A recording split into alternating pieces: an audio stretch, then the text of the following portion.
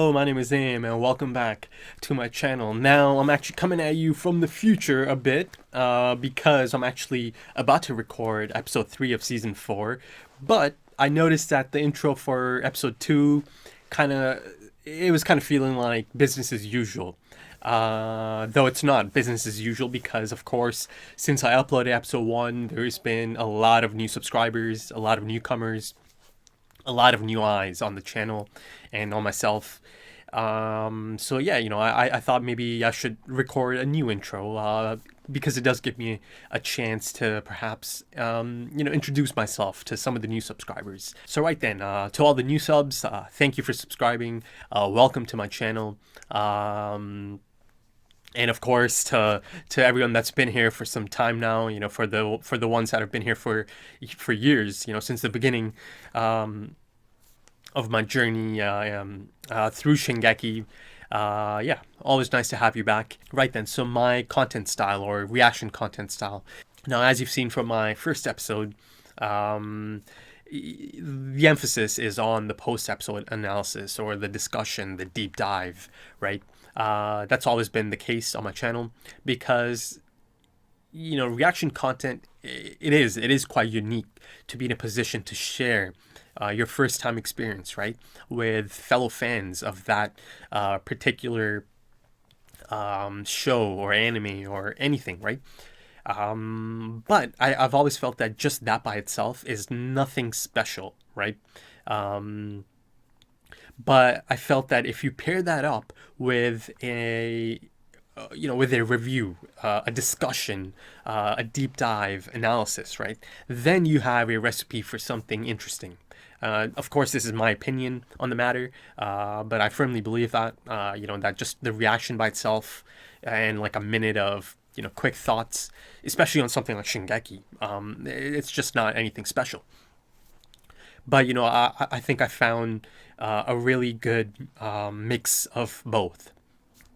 YouTube's full of reaction content, but, I can only speak for myself. At this channel, you are not going to see any clownish antics. I'm not going to look right at the camera as the show is going on or the anime is going on, especially because there's subs, right? It's anime, it's Japanese. So, you're not going to see me clock the camera for, a surprise face thumbnail.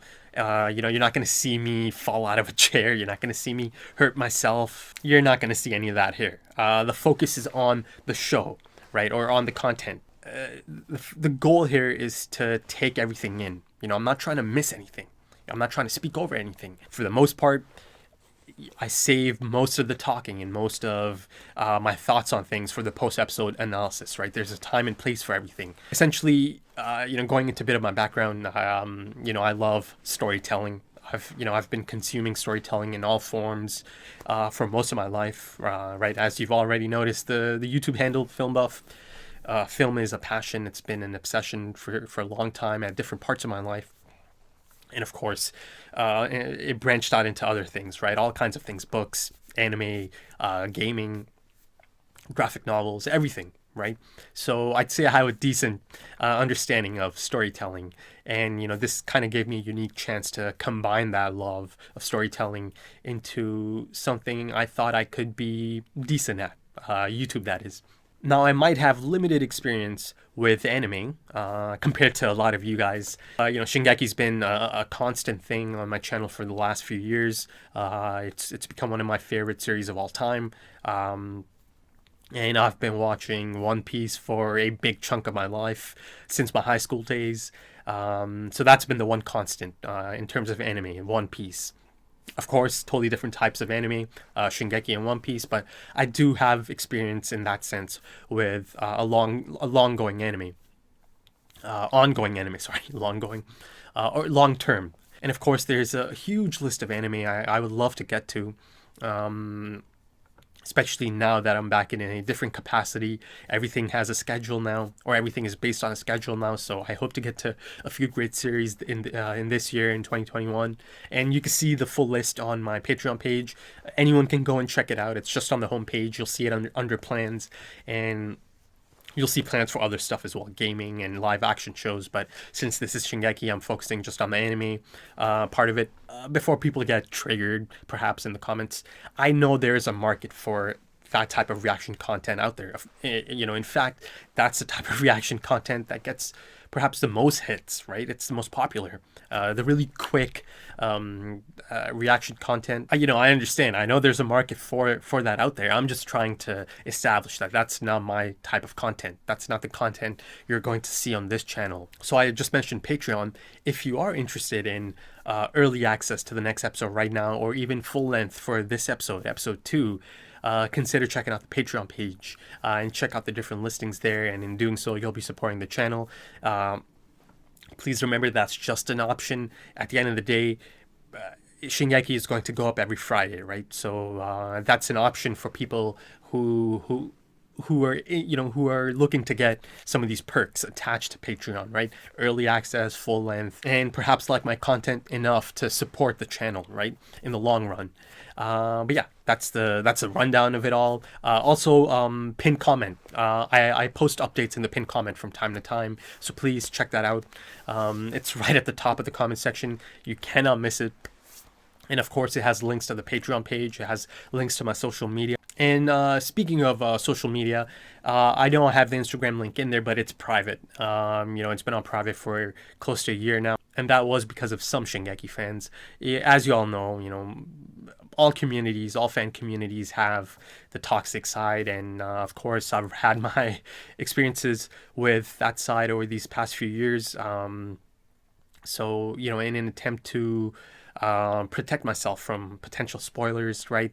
I've had that on private for some time now, though I am active on Twitter. So if you're looking to perhaps see my thoughts and some of my posts outside of YouTube, definitely check out Twitter. But even on Twitter, everything's on lockdown. It's all Shingeki related. Terms are muted. There's got to be at least 40 to 45, maybe even 50 different terms that are muted. It's actually been quite effective. Yeah, that's about it for a bit of an introduction to a lot of the newcomers, the new eyes on the channel. Maybe even some new eyes starting from this episode, right? Episode 2. So that's about it for this intro coming to you from the future as I'm about to record episode 3. But that's about it. I hope you enjoy this episode. My God. See. Cold? 脅威の子ジークよ言ってみろ今こそパラディ島作戦を再開し始祖の巨人奪還を急ぐべきです今我々に必要なのは軍備再編までの時間それには一刻も早くマーレがパラディ島を占拠し全ての巨人の力を収めたという新聞の見出しが必要なのです That was a great transition there お前の任期はあと1年足らずだったな Whoa. 私の獣の能力をすべて引き継げるのかとても不安でして残りの1年の命をもって4年前の雪辱を果たしたいと Just 1 year, huh? その通りでございます Look at this once again 忌まわしき脅威グリシャ・イエーガーの行いに終止符を打つのはかつての息子である私でなくてはなりません Former son. Two noticeable shots there. I misspoke. I said transition. It wasn't a transition, but almost like a dolly shot. ジークさんの獣の能力は歴代とは全く違う。Whoa. 話に聞く始祖の巨人だ。どうして特別なんでしょう。多くの血を引いているわけでもない。Yo. さあな。結局俺が死ぬまで分からずじまいだろう。この3年間、パラディ島に向かった調査船は一隻も帰ってきていない。ジーク、お前はこれをどう見る He knows. 軍の船が32隻も沈められたのなら、それは巨人一体の仕業とは考えにくい。少なくともエレン・イエーガーを含む巨人が2体以上、そして何より敵の脅威は巨人だけじゃない。Whoa.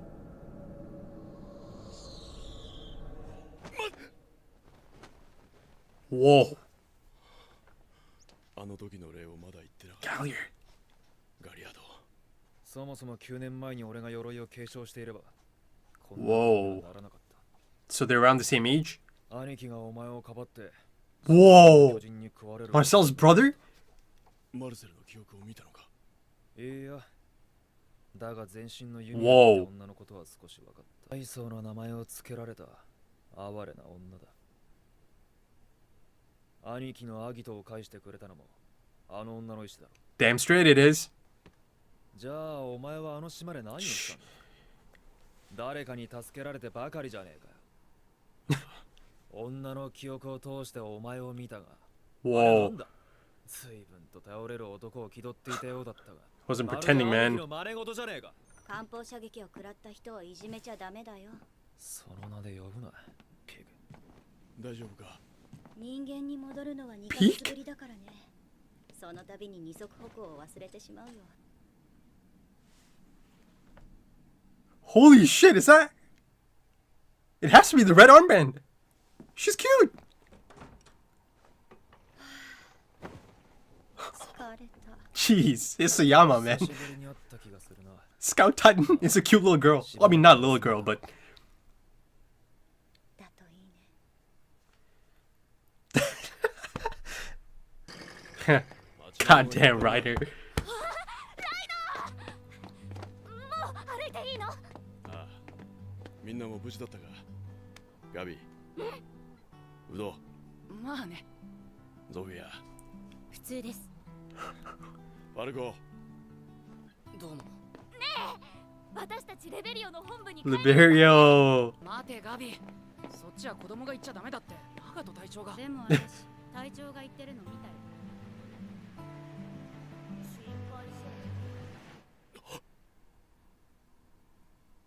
Any? Oh my god. 待って。 Holy shit. そっちの店はまだお前らには早い。 Who's this? Who's this? Long hair? それは君たちエルディア人部隊の That she did. 他ならない。 The 800 strong, right? She said I could try this. 奴らを黙らせてきます。今宵だけだ。目をつぶろう。 Oh my god. Scout Titan. また見事に担がれたな。あなたを慕う少女がこのまま鎧を継承すれば、 Hmm. ガビの寿命は27歳。 Whoa. Falco's thinking outside the box, huh? あなたはそれでいいんですか？ Really mature for his age. 今お前なんて言った？9つの巨人を継承する名誉を冒涜したのか？待ってください。発言を訂正させてください。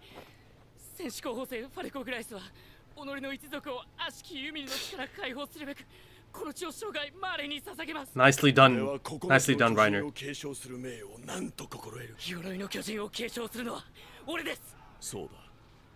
お前がガビを救い出すんだ。この真っ暗な俺たちの未来から。 Whoa. I can't get over the Scout Titan. コルトが欲しそうな顔してたから。まったくピークちゃんの思いやりを車両中に吐き散らすなんて。 Peak. ブラウン副長。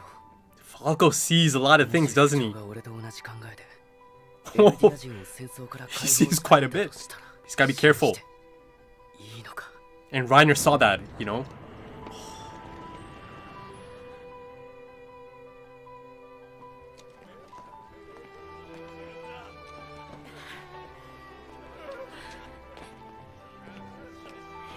父さん、ジーク、じいちゃん、ばあちゃん。ただいま。立派に務めを果たしたな。 Oh my god. まだだよ。 Bro, I have that chest pain right now. Look how much she's aged though, man. ライナー疲れたでしょ。帰ってゆっくりなさい。母さん、そうさせてもらうよ。心的外傷を張っちまったエルディア人だ。長いこと前線で塹壕を掘ってるとこうなっちゃうらしい。 Oh my 弾 god. とか爆弾が降ってくるからな。 Man, fuck this guy. また転んじまったじゃねえか。大丈夫ですか？ He'll get くだ his. さい。あなたは腕章が逆だ。 Is that the guy from... It is the guy from earlier, isn't it? Long hair. きっと良くなりますよ。もうあなたは戦わなくていいんですから。Who is that?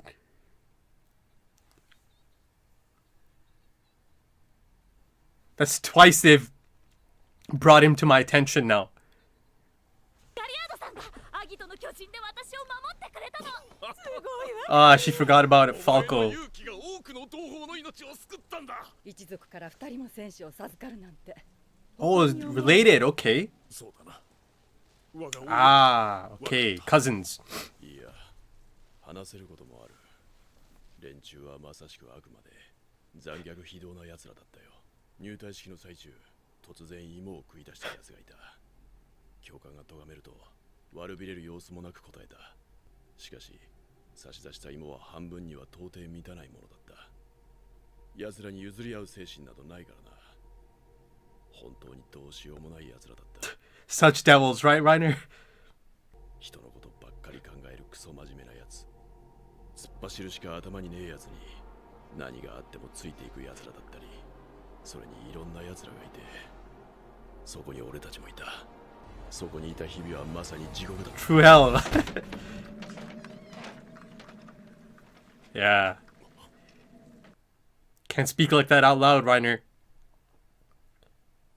いろんな奴らって何？悪い奴らでしょ。 All sorts of people, Gabby. そうだよガビ。島にいるのは世界を地獄にした悪魔だ。 Who's this?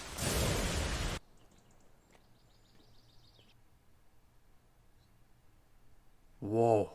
島から一人だけ帰ってきて別人みたいになった。 Yeah, he's changed. 12歳だった息子がおっさんになって帰ってくれば、さぞかし心配させるだろ It's not even the same person, or close to the same person that left here, う。 clearly. そう。何のことだ。 Ooh. 私にはわからないけど、カリナおばさんにはわかるみたいだったよ。 That guy jumped to his death, didn't he? 全員揃ったな。珍しいですね。 She can't even sit up straight. She's not used to it, is she? マーレ軍の人はこの部屋にはいない。物語には語り手が必要だ。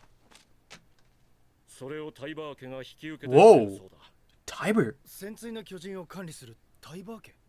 確かにタイバー家は一度も巨人の力を敵国に向けたことが Holy shit. 何より巨人大戦でフリッツ王を退けた一族として諸外 The missing Titan. 広い土地で優雅に暮らしてきたタイバー家が今さら出てきて英雄を気取るなんて虫が良すぎませんか。しかし俺たちはこれで祖国マーレが救われるならありがたいことです。俺たち戦士隊もタイバー家と協力して。 Cut him off there. 近くこのレベリオで祭事が行われる。祭事。諸外国の要人や記者を招いて、タイバ Whoa. ー家は宣言を行う。1年以内にパラディ島を制圧すると。エルディア人とマーレの運命はこの作戦にかかっている。祖国マーレの未来のために今一度皆の Of course they're listening. ガリアードは多少不満があるようだが。 Zeke said not in this room, right? ジークの一言がなければ。この部屋にはいない。 He had to look at it. 俺はまた行くのか。あの島へ。 Oh no, that ended too early. Oh my god, so much to talk about. Great episode, man. Great episode. And that mystery figure, man. Twice they brought attention to him. I'm so happy right now. I've been dreaming of this, you know, their side of the story, the other side story, and whoa, okay, man. That was a damn good episode. Quite a bit better than the first episode. I mean, the first episode wasn't a bad episode by any means, but this, this is really getting into stuff I've been asking for a long time, right? Like I said at the end of that reaction, I've been dreaming of this stuff, and I've been asking about this stuff for such a long time now, to get this side of the story. Reiner and Bertolt's hometown, this elusive hometown they kept mentioning. And of course, in extension to that, everything else that's attached to this hometown, right? It's not this secluded hometown place they used to talk about. And again, that also goes back to season 1, their backstory. They gave Armin and Eren clearly a made-up backstory, right? They talked about how they were in the secluded area in their hometown, and then the Titans showed up outside. It was kind of like a cabin, I believe. But of course, getting back to their hometown, or I mean, I should say, Reiner getting back to his hometown. It's a bittersweet moment, right? After all this time, talking about getting back here to this hometown, he made it back. But he made it back as a totally different person, right? He is not the same Reiner that left that place, and of course, his mother has noticed this. And Gabby is kind of confused by some of his behavior and some of the things he's saying at home. And she even straight up told Reiner that, I think your mother, or I think she called her aunt something, Karina, I think, K, started with a K. She said, she thinks something's up. You're lying about something, or you've changed. There's a noticeable change in Reiner, and I'll get into that. It is a bittersweet return for Reiner. Of course, he came back alone. Bertolt didn't make it back to the hometown, though of course this might not be, I mean, I'm going on and on here, but it's possible that he, once he did get back, unless he got back, him and Zeke, and they shipped them straight off to this Fort Slava conflict, right, the 4-year battle. Actually, he could have returned home even before then, but at least this is the first time I'm seeing him actually return home, right? But yeah, that's just part of it. They're actually getting to see their hometown. And of course, I saw it in That Day as well. But again, that was a different era. Now, this is the present, right? In fact, it's actually a bit of a time skip. The present I knew in, the season 3 finale, this is a time skip from that. So it's certainly the present, but there's, that 4-year time skip that needs some filling in gradually, right? Now, in extension to that, everything else that's attached to this place, Marley, and it appears they have their own set of enemies that are, happy to see them decline, or a decline in their stranglehold, right? The end of an era, of course. Again, the opening made it quite clear that they all realize, they're not delusional. They realize that, yeah, this is the end of an era. The Titans are not, they're not the menacing force they used to be. The Marley army or military is not the menacing force they used to be. They fell behind. It was clear to see that they fell behind. I mean, this episode was just great, top to bottom, and so many different aspects of this episode are just fantastic, right? I was absolutely loving the characterization. That was one of the standouts of this episode, right? That's one of the things I was craving most, right? These characters and things that set them apart, right? Everyone has their own struggles, right? So some much needed perspective in that sense. The directing was standout in this for sure. The music, fantastic. I thought the cinematography, and I suppose I should call it art direction, fantastic in this. There's some beautifully crafted scenes in this, and I believe it gave me one of the most standout scenes, or one of the best scenes of the anime. That dinner table scene of Reiner and the family. Oh my goodness, I'll get into that. And I mentioned the cinematography or art direction because it was such a cinematic episode. So many scenes had this cinematic quality about it, right? The types of shots or transitions they're using, right? You see some dolly shots, you see some pans, you see some pull-in shots, right?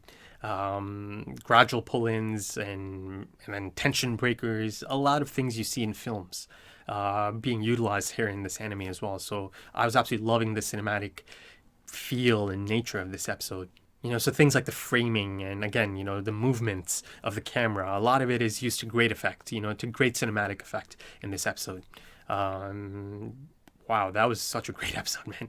In that sense, I do think it's probably in my, I think it's certainly past 60 episodes now, right? I'd say it's got to be at least in my top 20, right? If not top 15, because it was the first time I really got a deep dive into this portion of this conflict or this story, right?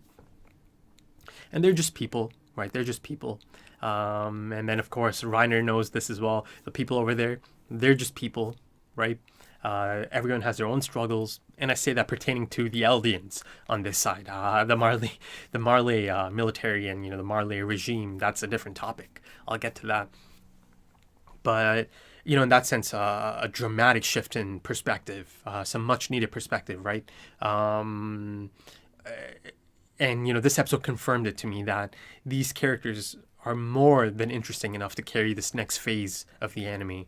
Clearly there's going to be a focus on these characters for perhaps the next 5, 6, 7, who knows how many episodes, right? And I'm here for it, man. I'm all in. Like I mentioned in the discussion for the first episode, Isayama is not shy to focus on characters other than the protagonist and the ensemble attached to the protagonist, Eren Yeager. And he's damn good at it, man. Like I mentioned, that stretch of season 2 episodes, some of the best of the series, in my opinion. And now, again, it essentially took one episode. I mean, first episode was a bit of a introduction, right? Get the names out there. It didn't really allow for too much characterization, right? Personal and unique characterization to each one of these characters. And it's just so impressive that he's able to introduce so many new characters this late in the game, right? And it appears that they're all going to be fleshed out, right? And like I just mentioned, the dramatic shift in perspective is just so clear. So in that sense, I kind of find myself in a unique situation, and I'm sure many of you also found yourselves in this unique situation, because it's clear since episode 1, since the first episode, and now more so in this one, right? Dramatic shift in perspective that they are trying to, or Isayama is trying to establish empathy and humanize these characters. They're the same. Everyone has their own struggles. There's not that big of a difference. But in that sense, they're Isayama is humanizing or attempting to humanize and establish empathy for characters that are, they were established as the forces of antagonism, opposing our, protagonist and the ensemble cast attached to the protagonist and his story, right? That's just how it is. At first they are introduced as the bad guys per se, right? For a long part of the series, right? But the unique thing about this, or the unique situation I find myself in, and again, many of you probably have the same situation. I've never thought of villainizing Annie, Bertolt, Reiner, right? You guys know this, my stance on them. I've always stated that I need to see their backstories. I need to see how they got to this point. They're clearly child soldiers. I just couldn't, demonize them. I could not, consider them the bad guys, because you have to hold the people who sent them accountable, right? And this is the Marley military or the Marley regime that comes in at this point, right? They're responsible for the actions of these child soldiers. I mean, it's been clear for some time now. It's just not that type of story. It's not. Everyone has their own struggles. It's just not as simple as good guys, bad guys. It's just not. It's much more intricate. It's much more, interesting than that. But if you are going to label someone, I mean, even then, I can't even call the Marley regime the bad guys. They might be the bad guys to our protagonist, right, Eren, and his and the ensemble attached to him and the people back in Paradis. But as you guys know, I've always maintained that the people who sent them, the people who made these child soldiers, or these children do these, terrible things to put on children, they should be held accountable for this, right? They're responsible for this mix of, intimidation, indoctrination, right? Psychological impact. And you can see through a character like Gabby just how easily they can get them, right? And reel them in and pull them in. They're easily subjected to ideological indoctrination, right? And that's like set in stone for a lot of these people. You see a lot of Reiner's family, especially his mom. I'll get into that scene, but yeah, you can see just how easily they can be intimidated at that age or susceptible to psychological manipulation, right? And I could totally see Reiner being the same as Gabby at that age. I could totally picture him like that, right? More so than Annie and Bertolt, given how he's acted, and in the past, right? Especially recently shown in that flashback of Marco, Annie, and Bertolt, right? And Reiner. And, you know, the thing now is that Reiner sees that. He clearly sees himself in Gabby, right? But now he doesn't want the same for her because he knows how it all turns out. And he's struggling quite a bit, you know. I'll get into that aspect of it. But yeah, it's a really bittersweet return for Reiner. But now he is in a position to perhaps stop that from happening to a family member, right? A cousin. So, you know, it started to make sense how he wanted Falco to be the one to get the armored titan, right? He's like, you should be the one to get it, right? And he kind of put that idea out there, like he put that on Falco out now, that you can save her from this, right? You should get it. And you can save Gabby from this miserable life she might be heading into. Though that being said, you know, Falco, mature beyond his years, already kind of put that together, right? You could tell he's one of those people who thinks about things a lot, but in his mind, in his head, right?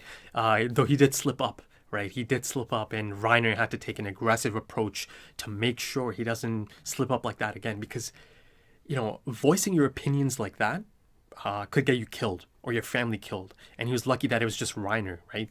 And as you know, as menacing and as scary as he might have seemed, he was trying his best to make sure that Falco doesn't slip up like that again, right? Though he does start to take a different tone after that initial aggressive approach, right? If I report you right now, then he kind of took a different tone, and the Falco is kind of confused now, right? About Chief Braun's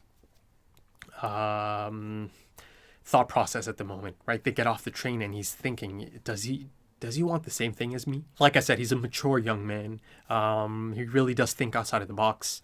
And you know, he actually even dropped his full name, right? As he's doing the pledge to Reiner in a state of panic. He said Falco Grice. Now, is this a direct relation to Grice, the OG Grice from that day, the one who recruited Grisha, right, from the clinic, or first mentioned the restorationist? Is this a direct connection, like, or is this similar to Levi and Mikasa? Because, you know, of course they're both Ackerman, but they don't have an immediate, like, it's still not clear if they're cousins or if it's much further out. So it'll be interesting to see just how immediate or how close this connection is. You know, if they're just part of this clan, the Grice clan, or if it's much more closer than that. And in that sense, Colt as well, right? And Falco's not like the rest, right? He really does stand out, right? He cares for others. He's selfless, as established in the first episode. Though Gabby didn't really mention Falco and, you know, him running out to kind of shield her and try to get her back in the trenches, right? But, you know, go back to Falco, you can see he sees these Eldian soldiers, the frontline soldiers that are quite affected. You know, there's a lot of emotional trauma, clear case of PTSD, right? And I'll get into that because, you know, the depiction of PTSD is quite prevalent throughout this episode at different levels for different characters, right?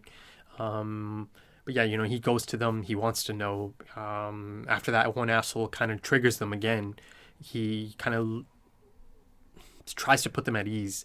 And then, of course, the mystery figure showed up. More on that in a bit. There's a full section for that. There's got to be. But yeah, you know, Falco is he's different. That's for sure. They've made that clear. Now, speaking of, the cinematic nature of this episode, there's a lot of standout moments. And, you know, one of them is at that round table. It's a fantastic, you know, dolly shot or pan shot of Zeke as he addresses the general. But notice the angle of the shot, right? The camera's looking up, right? The framing of the shot is quite noticeable. And it's deliberate. You know, nothing's random. Zeke is the one that's kind of looming above this table of high-ranking officials, right, including this general. So I thought that was quite a striking frame, right? And then, of course, as he's shown as this looming figure above the table, there's that great dolly shot, right?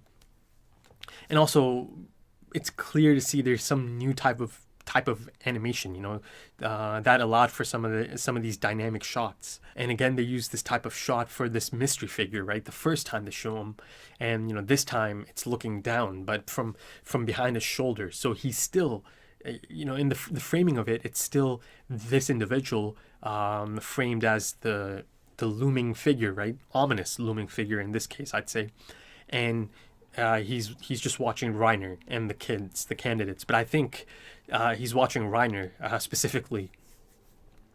And yeah, even in that case, right? The framing, that time it's looking down at them from behind his shoulder. So nothing's random. These shots are deliberate. And then, of course, the dinner table scene. Again, I believe it's one of the best scenes of the entire series, right? And even beyond just this anime, even beyond Shingeki, that's just an amazing scene, I'd say. Again, this new type of animation, I'd say, is used for another, pan. A tight shot of Reiner, slowly zooms into Reiner, pans to Reiner's face. And I feel like that is also depicting him zoning out, right? Slowly the frame kind of, you see the family members slowly leaving the frame, right? As it starts focusing just on Reiner. That's just him there. And, he ends up kind of speaking quite openly, right? As it's just him in the frame. Everything about that scene, it was just brilliant, right? The entrancing music, right? The score, the shot itself, right? Reiner, the voice acting for Reiner, it really was so effective. I really did feel like I was getting sucked into that scene, that for a moment in time, it's just me and that scene, me and just Reiner speaking, right? There's a, that kind of thing happens from time to time during films. There'll be just an amazing scene and I just kind of zone out from anything else, and it's just me and the scene and the performance on the screen. This felt like one of those. The tension builds and it builds and the music just swells. And then there's that tension breaker, right? The window kind of just slamming. That was beautiful, just beautiful. Now, again, the actual, the dialogue of the scene itself, that is also quite noticeable, right? It appears that even Reiner kind of slipped up here, right? He kind of zoned out and he started talking openly instead of keeping this in, right? At this point in time, he knows how he's meant to act, or he should be acting, but his inner feelings kind of leaked out at that moment in time, right? And again, the brilliance of the scene is that he's meant to be describing these devils, right? Spawn of the devil. Yet the things he's describing or mentioning are just these mundane stories of everyday humans, right? It really is so brilliant. He's talking about the potato scene, Sasha, and then there's this menacing, entrancing score, right? And this dark, ominous tone to it all. Yet it's just mundane, normal things, right? And it feels like at one point he's even sarcastically calling them devils, right? I just thought that was such a great scene, fantastic scene. And then of course the tension breaks, and then you see around the room, and his mom is the most shocked, right? Because she realizes, oh my God, my son. And according to Reiner, he left at 12. This is not the same person who came back, right? And the look on her face, she was like petrified for a moment, right? To hear this, to hear that he's just describing them as good, normal people, right? People that do normal things, that there's nothing evil about them, right? But then she instantly starts to, reiterate just all the pain and suffering they've caused, the devils on the island have caused. And, in that sense, I can understand it. I can understand that perspective. I've said this before. I can see how the Eldians left behind, or over here on this side on Marley, feel abandoned. And then of course Gabby, she's kind of confused. She's like, here's Reiner, clearly someone she respects and adores, is describing something. He said all sorts of people, right? And I was there. So she's hearing this and she's like, hold up, aren't they meant to be bad people? You're not describing bad people. You're just describing normal, mundane things, right? But of course, Reiner's mom really hammers it in right then and there, us good Eldians, it's up to us to, change things. So staying on Reiner and, the depiction of PTSD and how it's kind of affecting different characters at different levels, it's showcased at its most extreme in these frontline Eldians, right, who are just experiencing immense emotional trauma from being out there. And because of that comes a plethora of other problems now, right? A lot of these men are not going to recover from this, right? Crippling depression, suicidality. They actually even showed that one Eldian soldier jump off the roof. And then, of course, you have major characters kind of experiencing this, right? Reiner seems to be having a tough time being back. It hasn't been easy for him to be back already.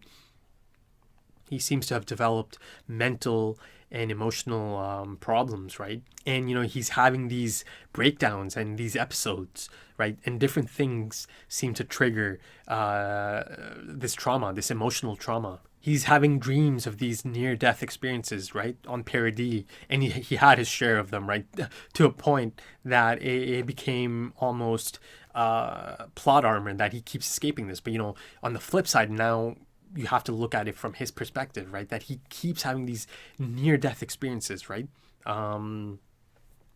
So now, that's kind of turned into trauma, emotional trauma, and of course, Mikasa was at the end of a few of them, right? So she's, kind of haunting him in his dreams as well. And it appears that even Zeke is having some problems, with another Ackerman, Levi. Perhaps he's also kind of thinking back to that near-death experience. And then you see yet another episode of Reiner kind of, seeing these candidates, these young candidates that he cares for clearly. Again, it was such a beautiful seeing him. They look up to him kind of going to them one by one and making sure they're good. But getting back on point, seeing them in those uniforms and standing there, it kind of triggered, again, an emotional response, some trauma to his candidate days. And, I believe they showed him. I mean, they didn't show him because he was kind of reaching out, right? But they showed Bertolt, they showed Annie, and then I suppose the other two have to be Marcel and then his brother, right? Because later on, Galliard, he said, I'll get into that, but he said, if I had taken the Armored Titan 9 years ago, none of this would have happened. So I'll get into that, but again, seeing them kind of triggered that response again. So going back to Galliard, he said, if I had gotten the Armored Titan 9 years ago, meaning Reiner has 4 left, right? 4 years left. And then I'll get into Zeke later, but he's only got 1. But, those, a few of the scenes from the first episode kind of make sense now. They're not scenes, they're just quick shots. But it's the Jaw Titan, Galliard, kind of side-eyeing Reiner, Twice he looks at him like that, kind of like a side eye. It certainly makes sense now because it appears that they have a history, right? And it appears that he doesn't seem to like Reiner. And again, it makes sense because they were in contention for the same Titan, right? Just like how Falco and Gabi are now. Though he did still end up, getting one of the 9 through Ymir. He actually got his brother's Jaw Titan back. That in itself presents such an interesting dynamic here, right? But yeah, no love lost here. You can see he just progressively starts to get agitated, gets angry with Reiner because, the unique situation here is that through Ymir's memories, he's actually able to see a lot of Reiner's experiences, right? A lot of his shortcomings, moments of indecision, right? He starts accusing him of imitating his brother Marcel, right? And he believes that if he had the Armored Titan, his brother Marcel wouldn't have died, right? Trying to save Reiner. Again, trying to imply that Reiner was incompetent as the Armored Titan. So this is certainly an interesting dynamic, that's for sure, because this individual who does not seem to like Reiner actually knows a lot about his experiences, right? Through this memory share thing that's going on after taking on a Titan, one of the 9, right? So he's got a lot of Ymir's memories to draw from. So, that could even maybe kind of land Reiner in a bad situation at some point, depending on how things play out, right? Because Galliard knows all about Reiner's guilt on Paradis, right? So let's see how that plays out. There's certainly concern there, just like I had concern for Eren at the end of season 3, right? In the season 3 finale. Reiner seems to be struggling. So let's see how this plays out. But now moving on to Zeke Yeager, right? The Wonder Boy, apparently. So yeah, Zeke Yeager. Zeke Yeager is a fascinating character. That much has been clear for some time now, and I've believed for, since I found out that he has royal blood for sure, that he is going to play a major part in the rest of the story. He simply has to. Royal blood is a massive deal, right? Game changer. So Zeke Yeager had quite the showing in this episode as well, right? In that opening round table of high-ranking officials, including this general. Zeke gets up to suggest something, right? And according to Colt, it's actually quite rare that an Eldian gets to present anything or address a general, right? So it's quite interesting that he suggested that, that he's got 1 year left. Let's go back to Paradis and take the Founding Titan. So his focus is still on the Founding Titan, right? He has not moved on from it. Now, I'm saying his focus, but again, he wants it to be Marley's focus once again. But certainly his focus, because he brought it up, right? And he believes, having the Founding Titan and having all the Titans under control is going to present a favorable narrative for Marley in the midst of this fall from grace, right? There was a distinct feeling of how the mighty have fallen, right? Once the heroes who took out the Eldian Empire, look at us now, right? The general, he didn't sugarcoat anything. I like that, he accepted it. Now let's get to the really exciting bit, right? The really intriguing bit. Official confirmation, he has not disclosed his royal lineage to Marley. He hasn't. And that is confirmed in this episode. Because Colt starts asking him about his Beast Titan and how it's so different than any Beast Titan in history, right? Right? I mean, it's so on the nose. He straight up just says, it's not like you have royal blood, right? In fact, he does have royal blood, right? And that is the reason his Beast Titan is so special. This exchange seemingly confirmed that yes, the reason he's able to do some of these things like the scream and turning Eldians into Titans and having some semblance of control is because of his royal blood, his lineage. Yet they don't know about this, right? They actually have no clue how his Beast Titan is able to do some of these things. Perhaps that's one of the reasons he's being called the Wonder Boy, right? Because of his unique set of skills that have kind of been released or depicted in his Beast Titan only. So there it is. He is holding that information back, right? The moment that gets confirmed, you immediately have to start questioning his motives, right? Or not questioning, you have to start, looking at his motives, that there is more than meets the eye, right? And this is the thing I was kind of hinging some of my thoughts on. It all depends if they know he has royal blood or if he's holding anything back, right? So the moment you find out that he is holding this back from them, now things get really interesting. And not only that, right? He's also quite careful about the room being bugged, right? And even though Reiner is kind of in a tricky position, he's not having the easiest time returning, he's still clever enough, right? And he's still kind of present enough to know and pick up on Zeke's hints, right? Oh, they're not in this room, or not in this room, right? In his response to Galliard, he picked up on that, right? He knows that Zeke is, indirectly telling them that the room's bugged, be careful, right? And he even even though there's no love lost here, he even kind of saves Galliard from saying something he might have regretted, right? He cuts him off. As he's really showing some signs of disapproval over this Tiber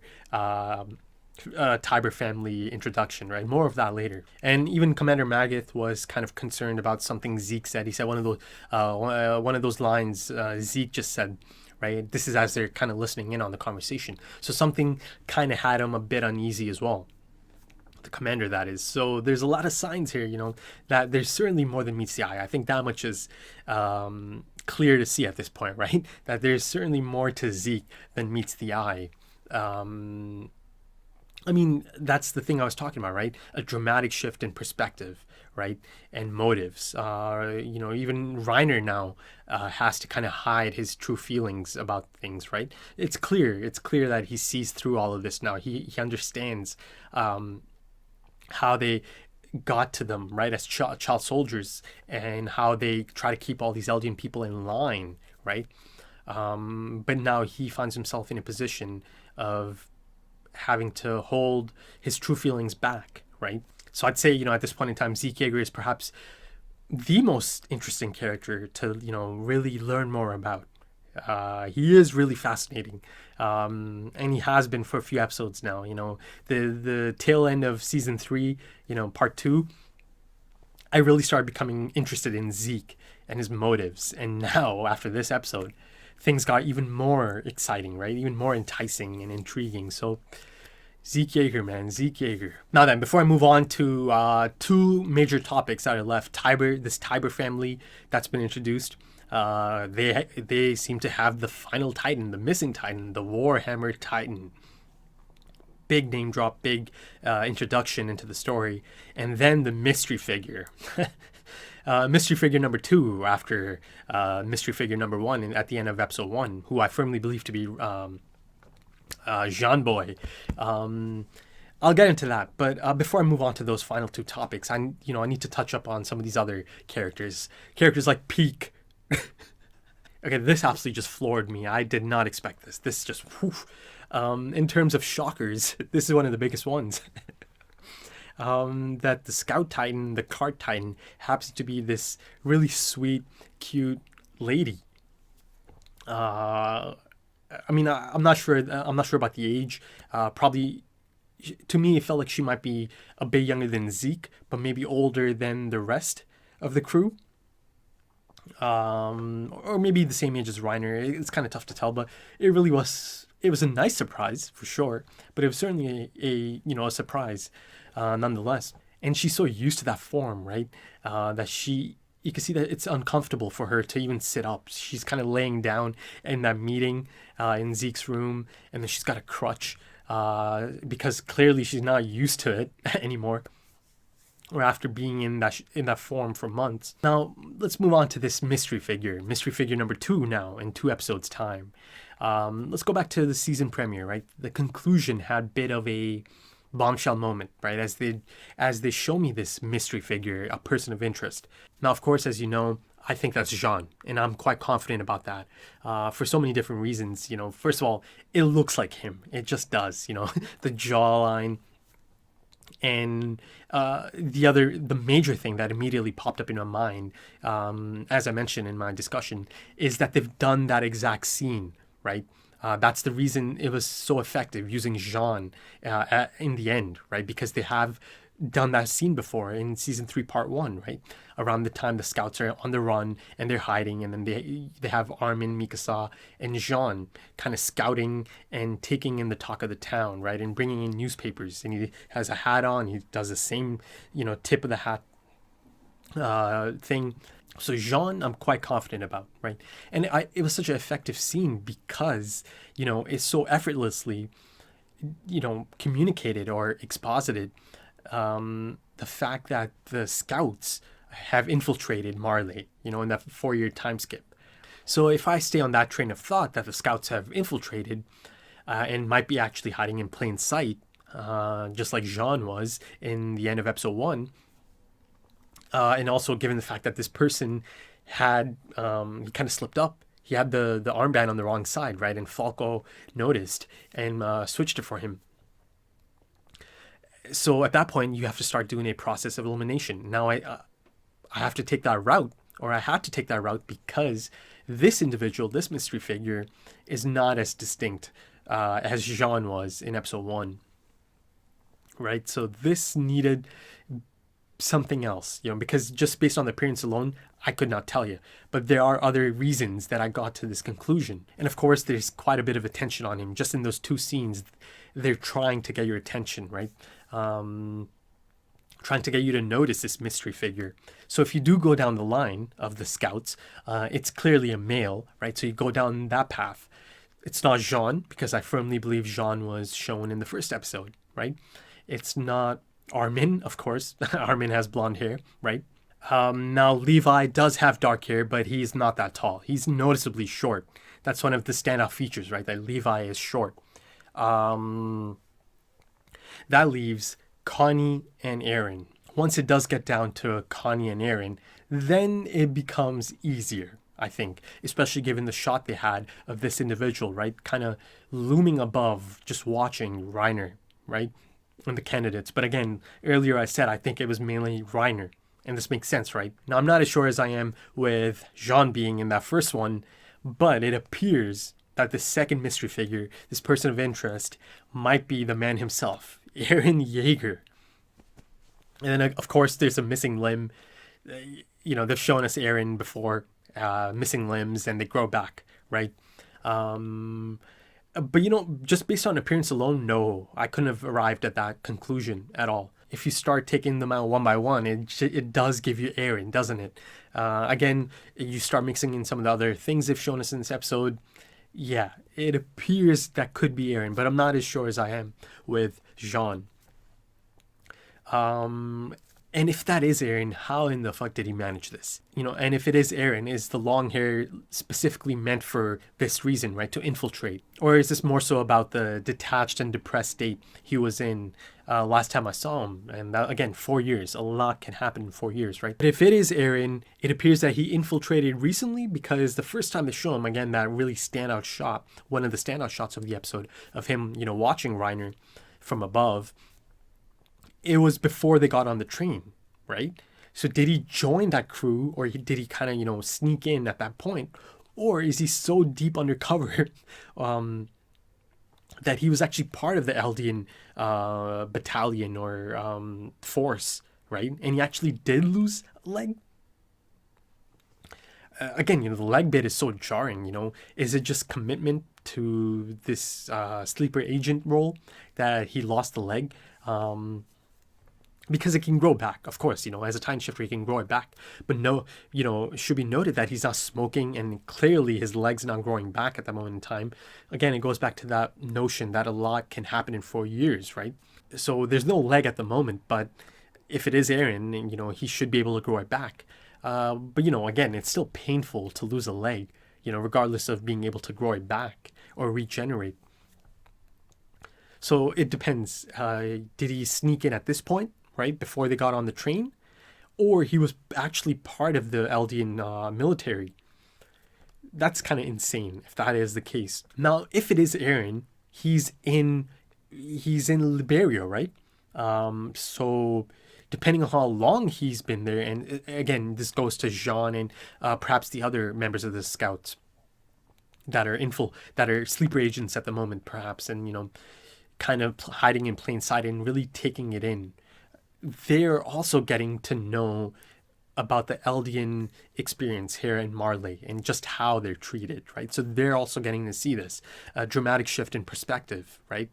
So in that sense, yeah. I forgot to mention that in the first episode discussion. Yeah, if it is Aaron, he's getting a first-hand look at how Eldians are treated here, right? And then of course Jean is also getting a look at that.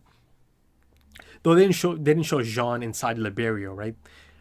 Inside the camp. They showed him outside, right? He's got a nice suit on. He's got a nice hat on. So maybe they're in different areas, right? Scouts. Now, just based on appearance alone, no chance I could have arrived at that conclusion. But there's a few other things that helped me realize that this could be Aaron. Again, I'm looking at it in terms of scouts. In the discussion for my first episode. Or for the first episode, I straight up just said, I have to be on the lookout for other mystery figures now. And here's another one just in the next episode. But unlike Jean, this is not based on the appearance. No, if it was just that and I didn't get that scene earlier on, no, then I could have considered it a new character, even though that's not really in line with the thought process I had. I did say I'm going to consider that other scouts might be hiding in plain sight. So let's end it off on the Tiber family. Now, this is an exciting new addition, isn't it? Right at the end of the episode, the Warhammer Titan, the missing Titan, it appears that they have it. Now, it's an Eldian family, right? They're meant to be influential. They live in mansions. They don't really like to be in the spotlight, right? As Galliard kind of mentioned, how come now all of a sudden they want to pretend to be heroes, right? It should be noted that he said pretend.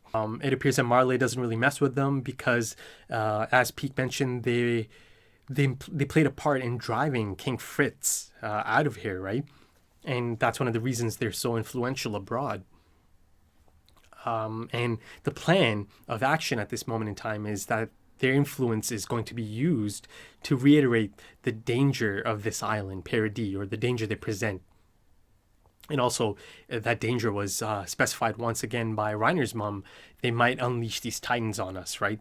One day. But again, it should be noted that Zeke is saying that they need to tell a story, right? And that they need a narrator for that. So again, it appears that there's still more than meets the eye, right? That I'm still not really getting. Again, it's just an introduction to them, so I'm not going to get everything just right off the bat, but there's more to it, clearly. Intriguing, that there's an Eldian family out here that even the Marley people are not going to touch because they know of their influence, and they rather have them as an ally, right? Again, that going back to that whole concept of them being a driving force in driving King Fritz out. Is this the reason there was an initial Titan swing? Remember that 7 Titan swing that started? They mentioned in that day. Did this family play a part in that? So something big is on the horizon. You could tell as Zeke is laying out this new plan of action. There's going to be this festival, and a lot of influential people are going to show up here because there's going to be an announcement, right? But the most interesting thing about this festival is that it's going to be in Liberio, so within the camp.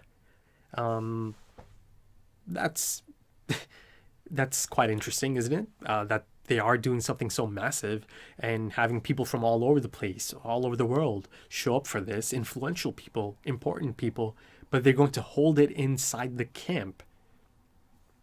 I don't know. That seems a bit bizarre to me. So yeah, let's see how that all plays out. Again, a great new introduction, or a fascinating new addition to the story. The Tiber family and the Warhammer Titan. All right, jumping back in for an outro. That's about it for episode 2. Now, I forgot to mention in the intro that I did forget to talk about a few topics from episode 2, and I'm actually planning on talking about them in episode 3, in the discussion for episode 3. Some of my thoughts on the commander, interesting character. Some of my thoughts on Gabby, and some of my thoughts on the returning soldiers, and a few more things that I kind of forgot to talk about. This might happen from time to time. Sometimes there's so much to talk about that something might just slip your mind, and I try my best to bring that back up into the next discussion. So yes, I did forget to talk about a few things in episode 2, and that's just going to transfer to the discussion in episode 3. So if you enjoyed that, consider dropping a like. Consider dropping some comments. Give me your thoughts. The likes really do help the channel, and they really do help this get noticed even more, right? And then in the process of that, helps the channel grow even more and get noticed more. So if you really did enjoy it, consider dropping a like. Takes a split second. If you are interested in full length or early access to episode 3 right now, consider checking out the Patreon page. Again, that's just an option. It still comes out every Friday for everyone on YouTube. But if you are interested, that option is there. So consider checking it out. And the links to that are in the description and in the pinned comment. Right, so that's about it for episode 2. I hope you enjoyed it. And I hope to see you again soon for episode 3. Until then, take it easy.